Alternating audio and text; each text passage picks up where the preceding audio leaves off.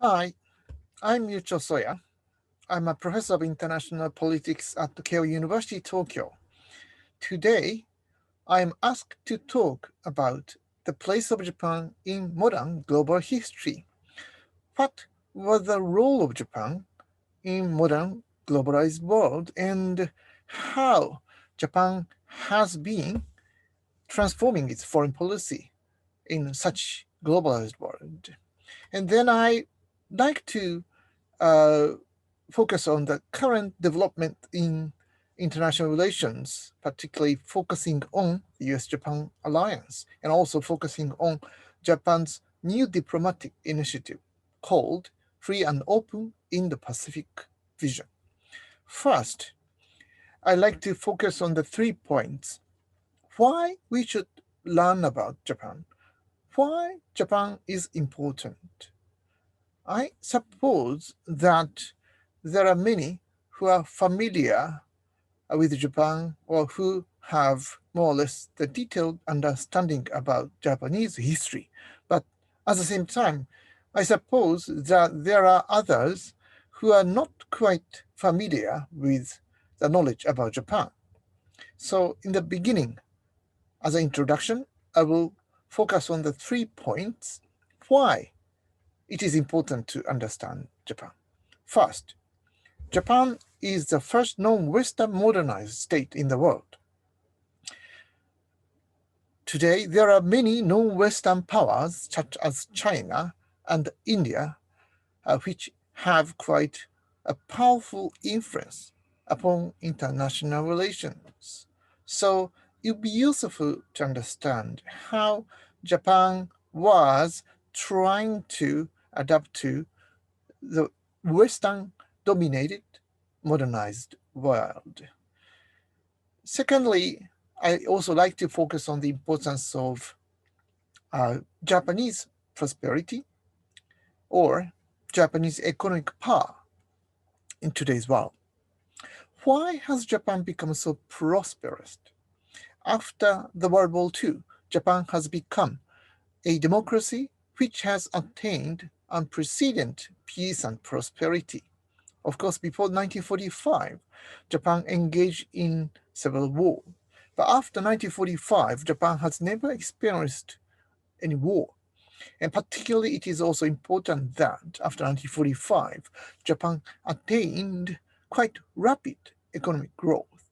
And then this is related to my third point. The third point is why has East Asia become so prosperous?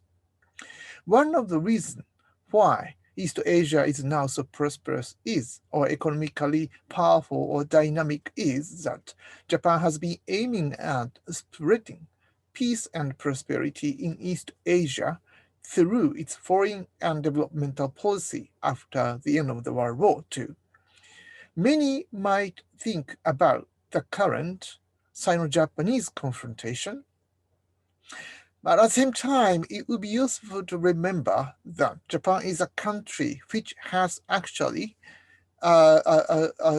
provided the largest amount of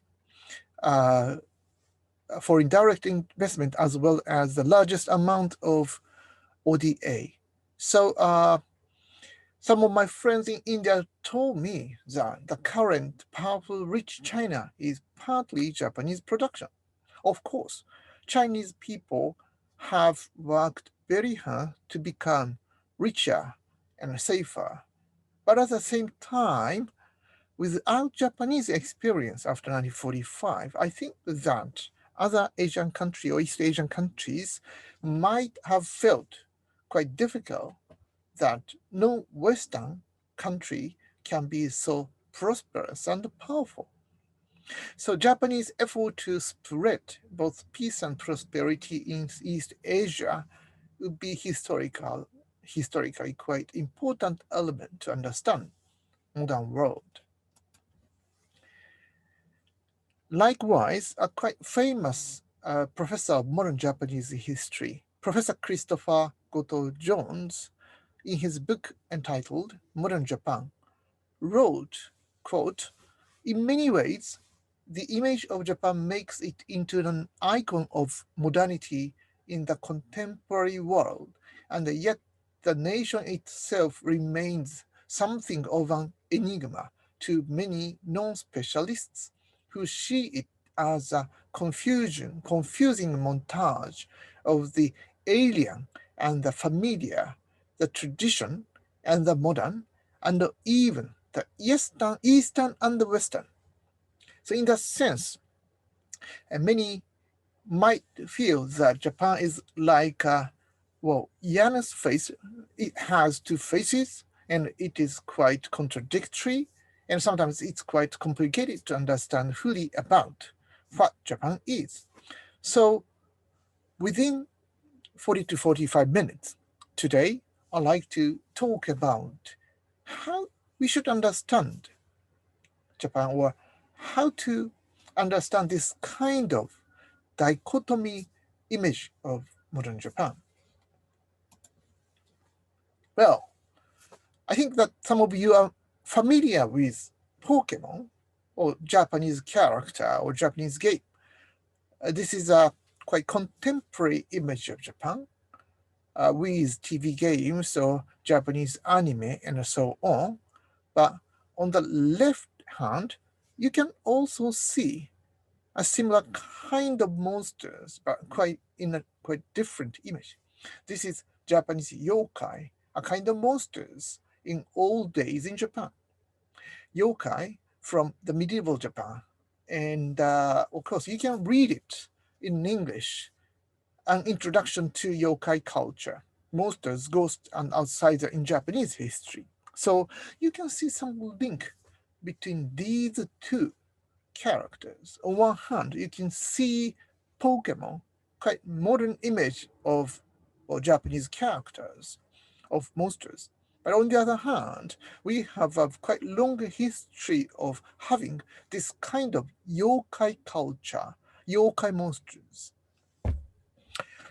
Then I also like to introduce my old mentor, Professor Shinichi Kitaoka, and also currently he is the president of JICA, Japan's International Aid Agency, a cooperation agency. He said in his book that, quote, as the first non-Western nation to become a developed country, Japan built itself a country that is free, peaceful, prosperous, and democratic, while preserving tradition. It is our hope that Japan will serve as one of the best examples for developing countries to follow in their own development. Japan modernized under democratic ideals with an established legal system and while proactively learning from other countries. I firmly believe that there are quite a few aspects of Japan's experience that can provide lessons for developing countries today. Unquote. So let me introduce other two opposite or similar image of Japanese pictures. On one hand, you can see quite old Sensoji temple at central Tokyo. Sensoji is at Asakusa, and you can see a 5 stories tower on the left hand side. So this is a typical old image of a traditional image of Japan. Of course, the temple was established around 1000 years ago. On the other hand, you can see quite modern tall tower. It is called Sky Tree, just nearby this Sensoji temple. You can walk from this Sensoji temple at Asakusa to this Sky Tree. This is the tallest building in Japan. And from the top, you can see the really, really panoramic view of Tokyo area. I recommend you to be there. It's quite safe. Even at the time of the Great Eastern Japanese earthquake, of course, it survives. It is well and quite stable. So in that sense, we have two opposite image of buildings, quite modern one, and on the other hand, quite old one. But at the same time, the Sky Tree Tower actually inherits from Japanese traditional way of architecture. It's flexible to remain and survive great earthquake. So it's quite flexible. But at the same time, it is really well structured. So in that sense, in Tokyo and in everywhere in Japan, we can see both tradition and the modernity. So this is the typical character of Japan, I would say. Then I will talk about Japan's path to democracy or Japan's modern history in a quite concise way. At the end of the 19th century, Japan needed to adapt to the reality of European imperial expansion. Japan was forced to become a modernized country for the purpose of not being colonized. So a famous American professor of modern history said that every great power before 1914 was an empire, either in name or in practice. Of course, Japan should be included in this kind of category. And then quite famous professor, British professor at the University of London, Professor Beazley, wrote in his book about Japanese imperialism that, quote, Japanese imperialism becomes the illegitimate child of Western capitalism with international rivalry as midwife, unquote. So Japan in the middle of 19th century actually was forced to survive this kind of European imperial struggle. And in the 1870s, when Japanese young political leaders visited Berlin, they actually met with Chancellor Otto von Bismarck, quite famous political leader at the time of Imperial Germany. And Chancellor Bismarck told to young Japanese leaders that do not trust treaties, do not trust international law. You have to rely on military power, otherwise you cannot survive. They learned greatly from this teaching, and after coming back to Tokyo or Edo, they certainly learned to modernize Japan or Japanese political structure to survive this quite difficult time of imperial struggle.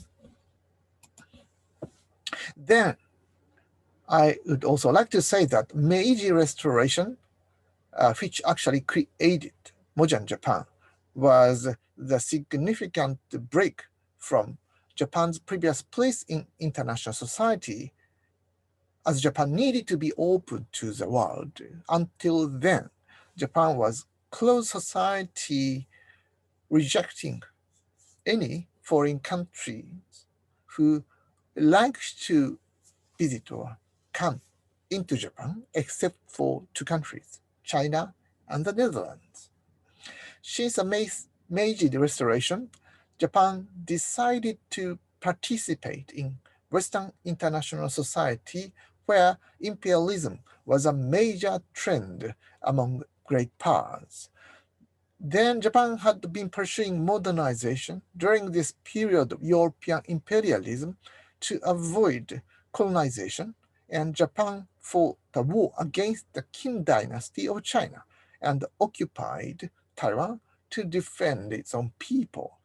So this is a beginning of Japanese modernization, and Japanese modernization means westernization.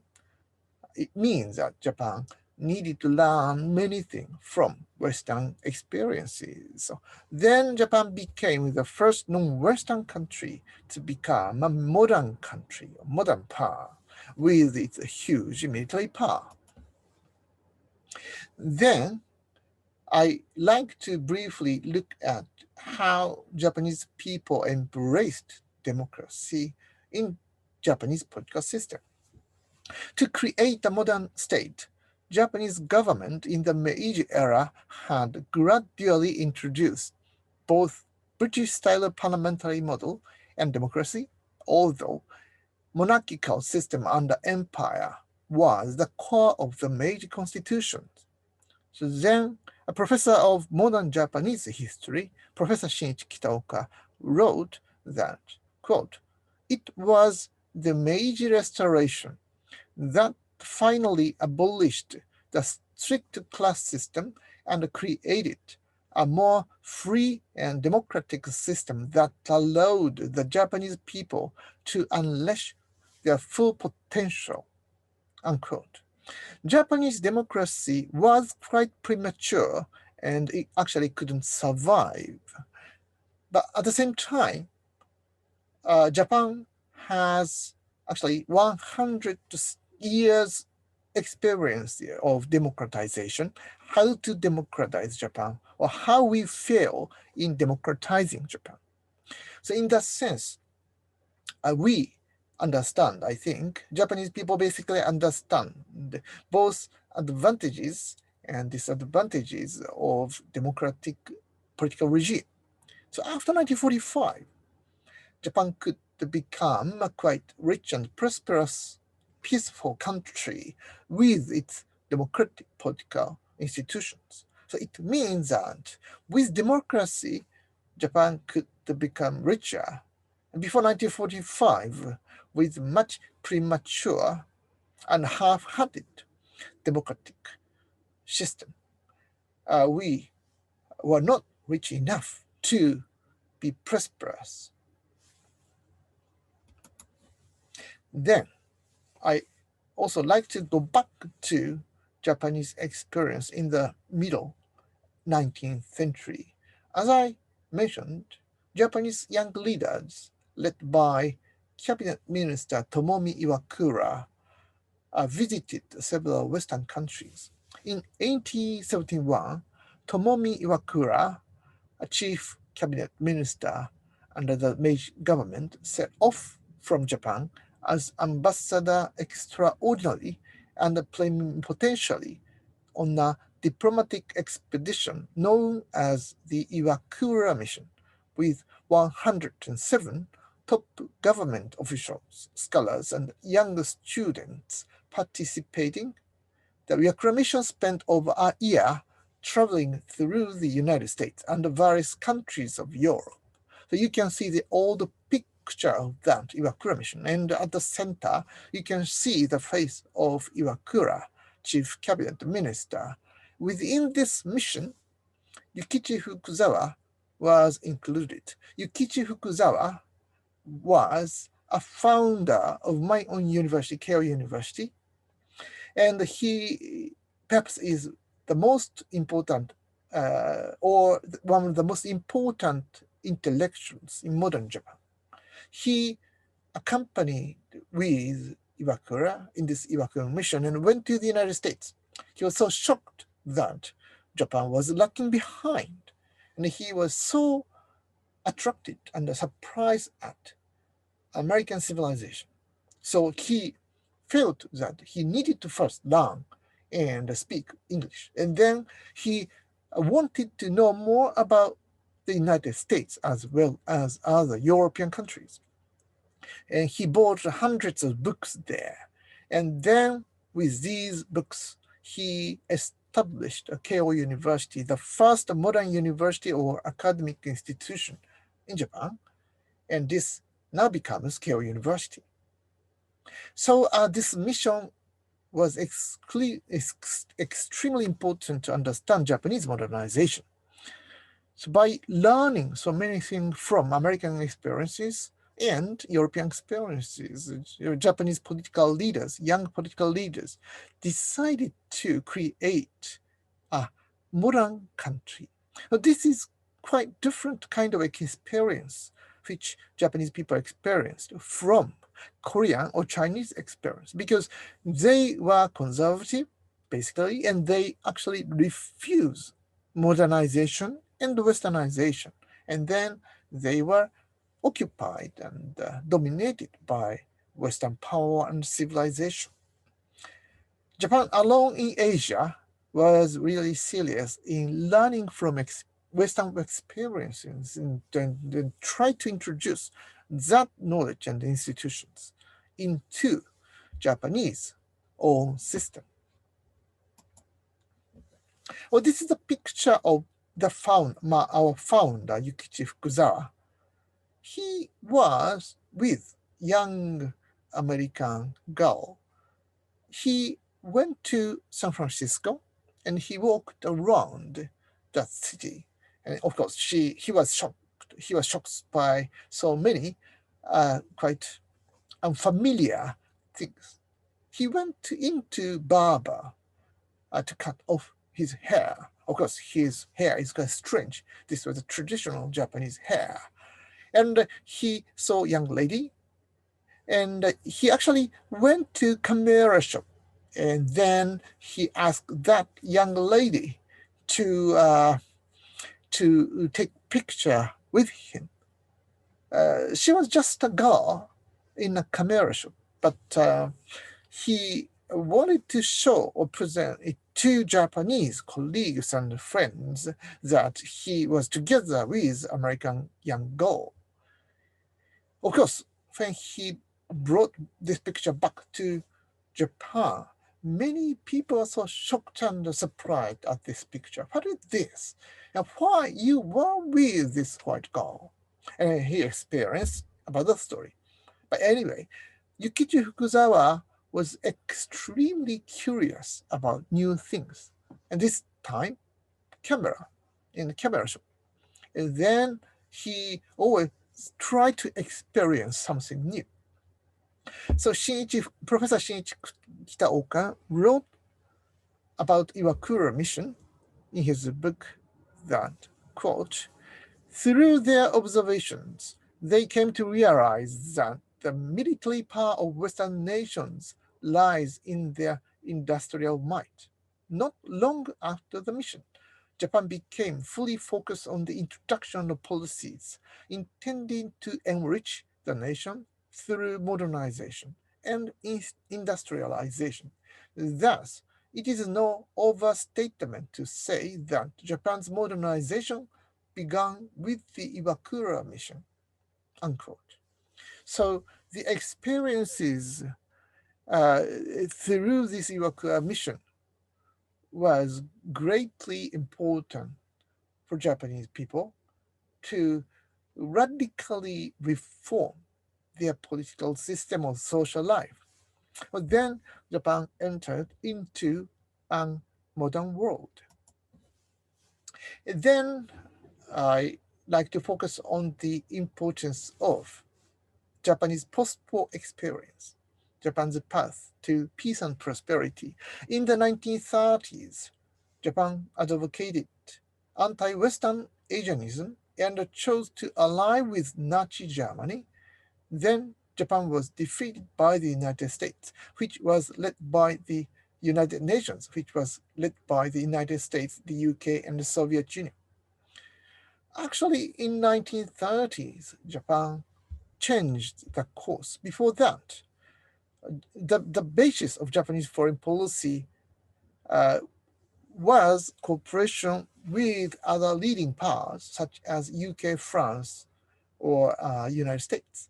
But in 1930s, among Japanese people, Asianist ideology became widespread, and they began to hate Western civilization, and they began to argue that Japan needed to exclude those kind of Western influences in Japanese system. Then they wanted to become a kind of a hegemon in Asian order. They began to create new East Asian order, or it was called at the time Greater East Asian Co-Prosperity Sphere. Of course, they needed an ally to accomplish this goal. Then Japan chose Nazi Germany. Of course, it was a very bad choice. And the foreign policy at the time was quite problematic in many ways. After 1945, Japan radically changed once again the course to become a peaceful country with internationalist foreign policy, while the United States a predominant power that occupied post-war Japan, intended to make Japan a peaceful country. Japanese government decided to be sided with the Western Alliance and also to focus on economic reconstruction. This basic Japanese post-war strategy was constructed by Prime Minister Yoshida. Post-war Japan's strategy, called the Yoshida Doctrine, named after then Prime Minister Shigeru Yoshida, oriented towards the alliance with the United States, and it reduced Japan defense spending. While Japan has been defended by almighty American military power, Japan could concentrate on economic reconstruction. This arguably became the basis of post-war Japan's economic miracle.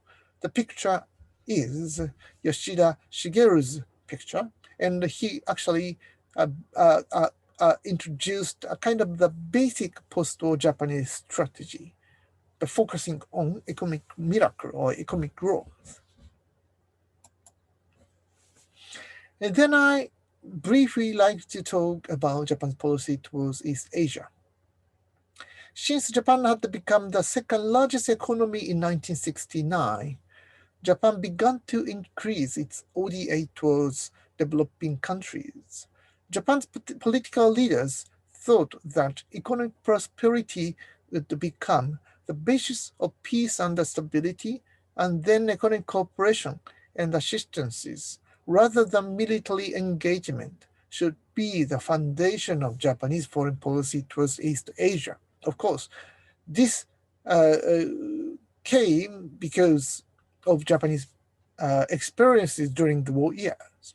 Of course, Japanese soldiers killed so many Asians, and Japan invaded surrounding Asian countries. So that's why Japan needed to learn lessons from that experience. And then Japanese people or Japanese political leaders began to think that post-war Japanese policy towards East Asia should be focused on economic cooperation or ODA. Japan's economic diplomacy, including ODA policy, has been Japan's national strategy that has provided peace and prosperity in East Asia and beyond. So Japanese economic diplomacy is not just economic diplomacy. It has clear political purpose.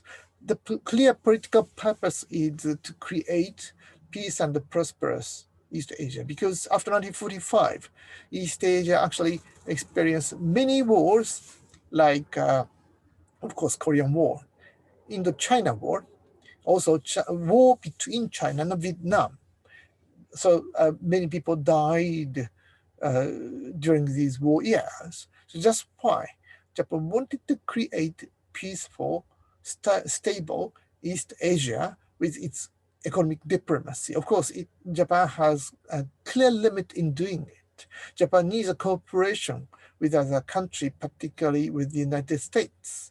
But because of the Article 9 of the Constitution of Japan, Japan actually cannot use a military power to attain its goal. So that's why, from that constitutional constraint, Japanese government and political leaders needed to rely heavily on its economic measures. And the basic philosophy of Japan's ODA policy has been ownership and partnership. Only the recipient country, not Japan, can own the country's future. So it's a contrary to imperialism. We can see some kind of remnants or the shadow of imperialism in some countries' ODA policy to try to increase its own influence in that country. But Japan actually presents different kind of philosophy in its ODA policy by focusing on the importance of ownership. African countries, Asian countries, those people in their country must be owner of the country, must own the country's future. Japan can only become a partner for these countries to attain their own goals. Japan shouldn't Japan shouldn't and cannot decide the goals of their own country. We can just help them to realize their own goals. They themselves must decide their own future. So then once again, the current president of JICA, Japan's International Cooperation Agency, Professor Kitaoka, said in his article that, quote, if we force our support upon developing countries while ignoring their culture and tradition, the support will not be able to last for long. Japan pushed forward with modernization, focusing our efforts on such cornerstones of national development as education, public health, and infrastructure, while at the same time maintaining our treasured culture and tradition. Unquote. Then I move to the current Japanese foreign policy vision, and the foreign policy vision is called Free and Open Indo-Pacific Strategy. I suppose that some of you might hear the name of this Japan's diplomatic initiative, Free and Open Indo-Pacific. And this began actually in August 27, 2016, when Prime Minister of Japan at the time launched a new initiative at TICAD 6 held in Kenya. The main aim of his speech was to present a new policy to consolidate the rule-based international order in an uncertain time. So then, Prime Minister Abe in Kenya, Nairobi, said as following, quote, Japan bears the responsibility of fostering the confluence of the Pacific and the Indian Oceans and of Asia and Africa into a place that values freedom, the rule of law, and the market economy, free from force or coercion, and making it prosperous. The population in Asia living in democracies more numerous than that of any other region on Earth. Asia has enjoyed growth on the basis of the democracy, rule of law, and the market economy that has taken root there, unquote. So we should, or Western community should not modernize or change the future of these countries in Asia and Africa. They should decide the course and the trajectory of their own future. So this is a continuation of Japan's previous ODA policy, focusing on the importance of ownership and partnership. This is a basic philosophy of Japanese foreign policy. But at the same time, from then on, Japanese government, particularly Prime Minister Abe, began to present Japan's vision for international order. Previously, as a defeated country, Japan didn't think that Japan was entitled to present the vision for international order. Japan was or had been a kind of a follower of leading Western countries such as the United States, UK, and France. But recently, I think that the Japanese political leader began to think that Japan itself should present a vision for international order, because particularly at this time, there was only one alternative to Japan's vision for this regional international order. It was China. China was presenting and promoting its own vision for regional order, and it is called the Belt and Road Initiative. China should be at the center of that regional initiative, and more countries, surrounding countries in Asia, and also countries in Africa and Europe, began to think that the most important country for them is not the United States but China. Then they should expand. They think that they should expand their economic relationship with China. And then China began to expand their economic relationship with these countries. So United States was beginning to become marginalized in this kind of new trends under President Trump. President Trump was not very much interested in presenting its own future vision. That's why Japanese political leaders or Japanese government at the time, officials, thought that replacing the United States, Japan should present an alternative regional vision to China's Belt and Road Initiative. And then Foreign Minister Taro Kono at that time talked at Columbia University in New York here that Japan should present and promote economic prosperity through free and open Indo-Pacific strategy. Through this free and open Indo-Pacific strategy, Japan aims to connect sub-regions within the Indo-Pacific region to accelerate economic growth as a whole. Thus, the concept of connectivity is a core of this strategy. As a matter of fact, not just Japan, but the Korea and China, these Northeast Asian countries entering into a rapidly aging society. The population will be less in this region. On the other hand, in South Asia, India, Pakistan, or Bangladesh, and also in Eastern Africa, they will become much more populous regions. And of course, naturally, together with this, they will become more powerful with a much larger population.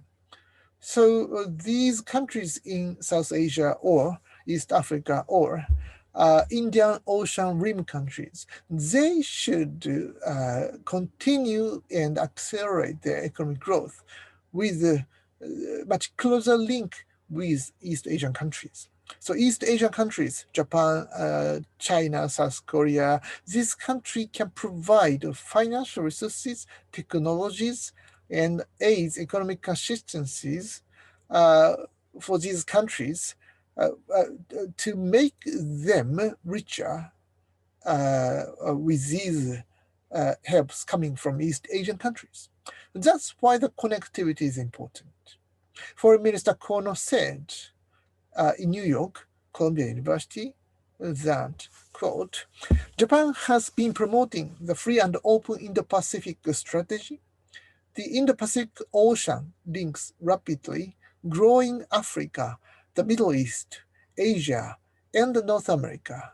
It is indispensable for Japan, U.S., and like-minded countries such as India and for India and Australia to maintain and develop a free and open maritime order based on the rule of law in this region. Japan also intends to pursue economic prosperity through the reinforcement of connectivity by improving infrastructures such as seaports and railways and routes. Let me shortly introduce the three pillars of this free and open Indo-Pacific strategy, or we call it FOIP. The three pillars are, first, the rule of law, or freedom of navigation. Second, connectivity, as I explained. And the third, capacity building.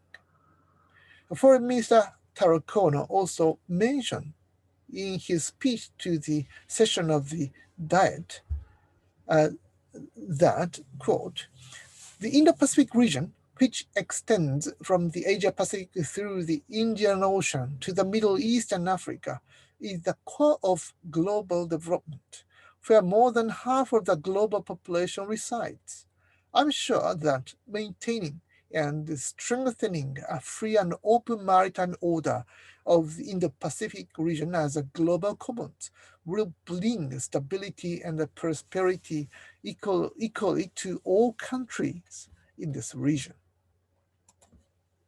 So this is a basic explanation of Japanese Ministry of Foreign Affairs on the free and open Indo-Pacific strategy.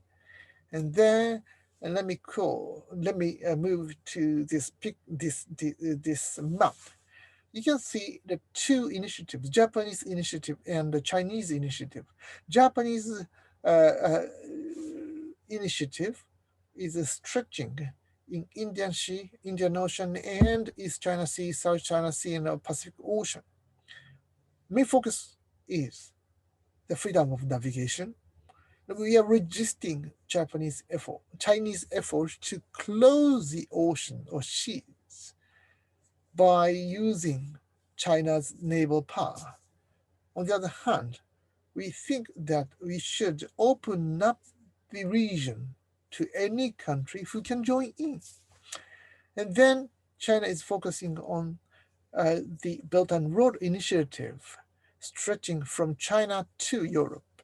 And then, by using that regional vision, China is providing financial resources and technologies to these countries. And the basic American response to Japan's initiative like this, on November 6, 2017, 1 year after Prime Minister Abe launched that diplomatic initiative in Kenya, President Trump officially endorsed Japan's initiative on the FOIP. Then the two governments needed to coordinate their policies. It is really important to understand that Japan itself cannot fully exercise its influence without American help. With American help, Japanese diplomatic initiative will become much more influential and powerful. Even though President Trump didn't have a clear vision for regional order in the Indo-Pacific, he was willing to support Prime Minister Abe's effort to present that kind of regional vision.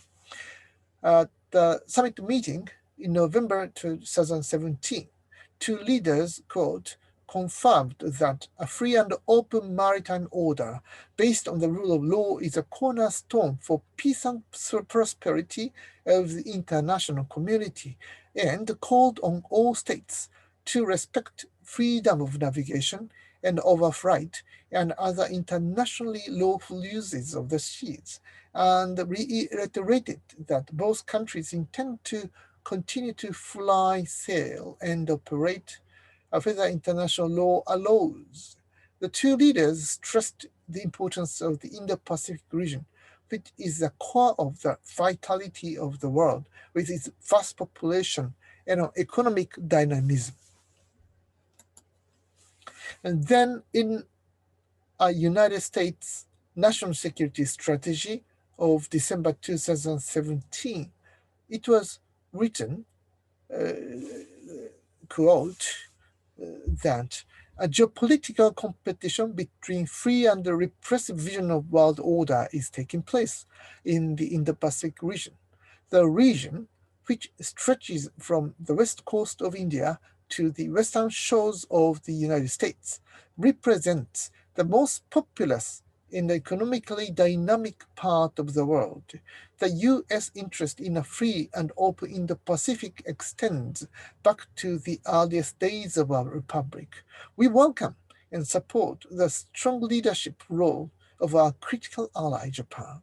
We will seek to increase quadrilateral cooperation with Japan, Australia, and India. So this can show that Japan was in the leading position to present and promote this regional vision. But on the other hand, the United States was more than willing to encourage Japan or support Japanese initiative to spread this idea. I think that it was really rare to see that Japan is in a driving seat to promote a sort of regional vision. But at the same time, United States is more powerful in promoting this idea. The question is whether new American administration under President Joe Biden will actually succeed this regional strategy. And the answer was yes. On January 28, 2021, around a month before, Prime Minister Yoshihide Suga and President Joe Biden held a telephone talk and agreed on several important issues. And the two leaders share the view of the importance of strengthening the US presence in the Pacific region. They also affirmed that they would work side by side to address regional challenges and to realize a free and open Indo-Pacific. It was for the first time for Joe Biden to mention about the free and open Indo-Pacific. Previously, he thought that this was the creation of President Donald Trump. It was wrong because Prime Minister Abe actually invented the idea and spread and promote the vision. On the other hand, President Donald Trump was somewhat a kind of a follower of this diplomatic initiative. So that's why there was no reason for new President Joe Biden to deny this Japanese initiative. After learning this story, President Joe Biden became much more willing to support Japanese initiative. And then now the American government under President Joe Biden has been presenting a strong initiative to promote free and open Indo-Pacific. So I think that this is really important because this clearly shows that this strategy is a kind of a creation by the two countries in one alliance, United States and Japan. And Japanese political leaders think that United States should be in the leading position in the Pacific to create this kind of liberal international order or the rules-based international order. And we are very glad that President Biden shows that the United States is returning to the original position of showing its strong leadership in international relations. And then I think that the US Japan alliance should be the core of the creation of this free and open Indo-Pacific. So with this, I'd like to end my lecture. And I really like to express my sincere gratitude for you all to listen to my story until the end. I really wish you all a healthy and safe everyday life under the current difficult coronavirus situation. The situation is getting better, and the United States is revitalizing its original leadership role. And then I think the world is getting better. Thank you very much indeed.